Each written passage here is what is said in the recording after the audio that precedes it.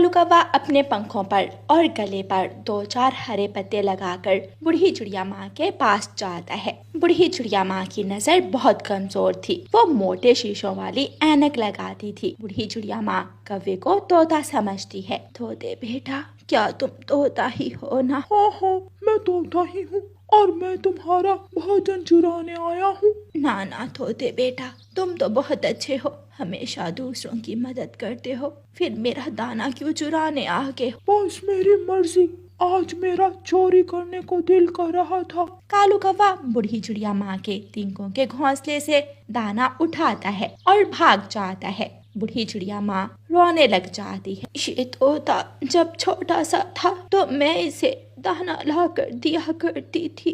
नदी किनारे जाकर कौवा पत्ते उतार कर फेंक देता है और मजे मजे से वहाँ बैठकर दाना खाने लगता है। रानू चिड़िया वहाँ आ जाती है। वो कौवे से कहती है, कौवे कौवे, मैं भी भूखी हूँ, एक दाना मुझे भी दे दो। ना, मैं ये दाना बहुत मेहनत से लाया हूँ। मैं जंगल गया, बहुत मुश्किल से मिला है मुझे ये दाना। ठीक है कौवे भैया, मैं भी दाना ढूंढ ही लूंगी। रानू चिड़िया वहाँ से चली जाती है। बूढ़ी चिड़िया माँ जी, क्या आपने कुछ खाया है या फिर आप भी मेरी तरह भूखी ही हैं? कहाँ बेटी, मेरा दाना तो तोता छीन कर ले गया। मैंने उसे बहुत समझाने की कोशिश की, लेकिन वो तो बहुत बुरा तोता है। तोता ऐसा भी कर सकता है, ये मैं सोच भी नहीं सकती। भूख मिटाने के लिए पक्षी किस हद तक पहुंच जाते हैं। रानू चिड़िया वहाँ से चली जाती है। दोपहर के बाद बूढ़ी चिड़िया माँ भी आहिस्ता आहिस्ता उड़ती हुई अपने घोंसले से निकलती है। बूढ़ी चिड़िया माँ को उड़ना बहुत मुश्किल था, लेकिन फिर भी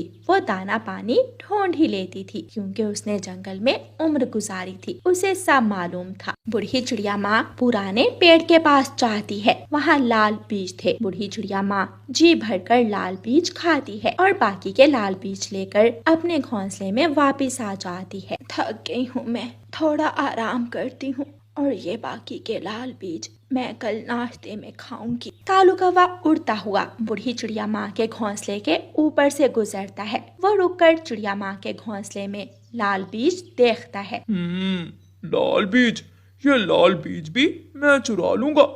इस बार मैं रानू चिड़िया बनकर जाऊंगा, ताकि किसी पक्षी को मुझ पर शक भी ना हो। कालू कौवा तेजी से उड़ता हुआ सरसों के खेत में जाता है। कालू कौवा सरसों के खेत से कुछ सरसों के फूल तोड़कर अपने सर पर, पंखों पर और गले के पास लगा लेता है। वो खुद को नदी के पानी में देखता है। बन गई, मैं कालू कौवे से रानू चिड़िया बन गई, अब मजा आएगा। कालू कौवा उड़ता है और जल्दी से बूढ़ी चिड़िया माँ के घोंसले के पास पहुँच जाता है। कौन है मेरे घोंसले के पास? माँ जी, देखते हैं क्या आप मुझे पहचान लेती हैं? हाँ रानू चिड़िया, तुम रानू चिड़िया ही हो। मुझे थोड़ा बहुत दिखाई देता है, पीले पीले पंख रानू चिड़िया के सिवा किसी के नहीं है। हाँ, मैं रानू चिड़िया ही हूँ और मैं तुम्हारे लाल बीज चुराने आई हूँ। कौवा जल्दी से बूढ़ी माँ के लाल बीज चुराकर भाग जाता है। चिड़िया,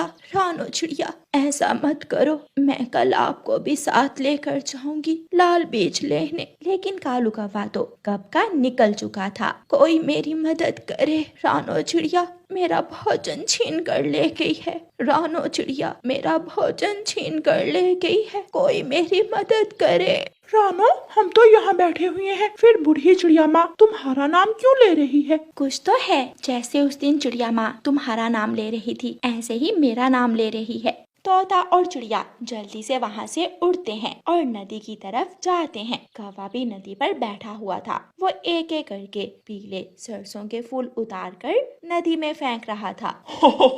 चिड़िया ने बूढ़ी माँ का भोजन चुराया, मैं बन गया चिड़िया, रानू चिड़िया। कौवा बना रानू चिड़िया।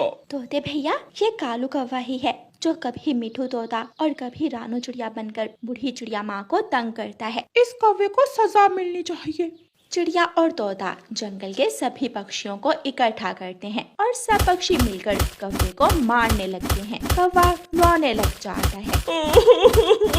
मुझे छोड़ दो, मुझे छोड़ दो। कालू के बच्चे, चोरी खुद करते हो और बदनाम मुझे करते हो। कौवा दफा मार खाने के बाद किसी ना किसी तरह जान बचाकर वहाँ से भाग जाता है। प्यारे दोस्तों, इस कहानी को लाइक, अपने दोस्तों के साथ शेयर और चैनल को सब्सक्राइब करना बिल्कुल मत भूलना। आप